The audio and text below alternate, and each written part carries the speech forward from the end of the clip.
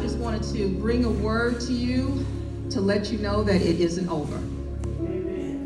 It is not over, no matter what you think, it isn't over. And I am a walking testimony of that. In my life, I've been through many, many, many trials. I've had cancer, been through divorce, had twisted intestines. I still remember going to the emergency room and them doing an x-ray and telling me that I had 30 to 40 minutes in order for them to do emergency surgery, otherwise I was going to die right then and there. I was alone. I didn't have anybody. I woke up gutted, hurt, and in pain. And if anybody has gone through anything like that, you know that what comes with that is a very deep, severe depression. I can honestly say I thought I was done. I was like, that's it. I thought my time was over. Thought that was it. I felt alone. What I felt was spiritually abandoned and spiritually orphaned. Who in here has ever felt spiritually orphaned? And for those of you that are like, what is that? You can have a physical mother and father here on earth. You could have been given any and everything that you've ever needed or wanted. But there is an emptiness, a hole within your heart and within your soul that you cannot describe. No amount of food will fill it or satisfy it.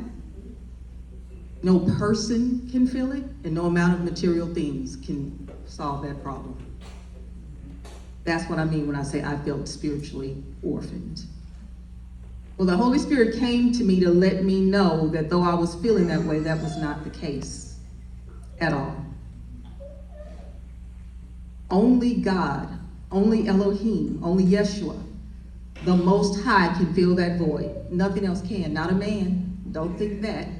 Not a man, not a woman, nothing can fill that void. It's during that time that I came to realize that I needed my true Father, my Father in heaven. That's the only person that could fill this void. Not only did he fill that void and take that emptiness away, he also let me know that what I was going through was not in vain. There's a reason I was going through it. Even though I felt there was a moment in my life where I was saying, okay, why me?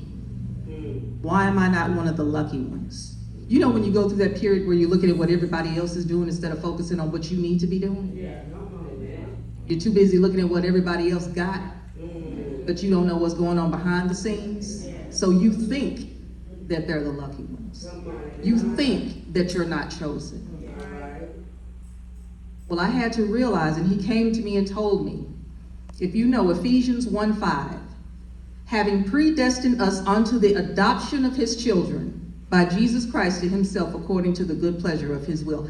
I was already chosen. I didn't know that. So while I'm here on earth looking at everybody else wondering why them and why haven't I been chosen for this? Why haven't I been chosen for that? He had to let me know, you've already been chosen.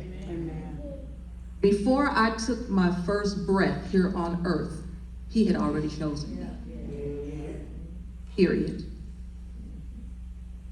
The enemy, even though the enemy crept in, messing with my mind, making me feel like I was a certain way, I had to learn that my Father has always been there. He has never abandoned me, and he never will. I think personally that we give too much credit to the devil. That's just my opinion. We give way too much credit to the devil. That's true. I don't know why we are so quick to believe the worst. Well, what is that about? But when somebody tells us the good news, there's doubt. yes. Tell us something bad and we know what's going to happen. That's nothing but the devil. And that's something I had to learn to stop doing. I'm giving all credit to God, not the devil. Something I also went through when I was going through this time after my divorce was thinking, oh, I'm too old. I don't want to go through this again. Wasted all these years of my life. And I know I'm not the only person thinking that. Cannot get the last 10 years of my life back. I will never get those years back. Well, he had to come to me again. and correct me. That's when I discovered Joel 24. And the floor shall be full of wheat, and the fats shall overflow with wine and oil.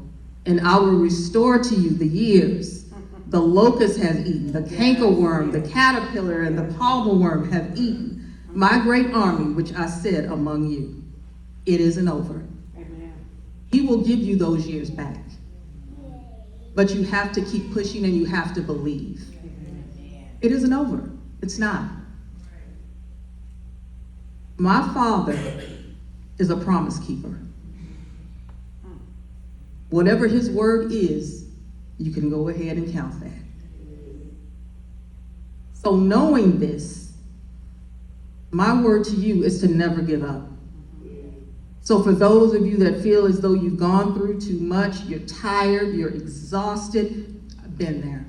Tired. That's just the devil. That's his goal. The same way that God has a plan for you, the devil has a plan for you too. And once you recognize that, then you'll be able to stay in alignment with God. Amen. And keep him first and keep him within you and not let the devil win. Amen. My God. It is not over. Come on now. And I just want you to know that. Amen. Amen.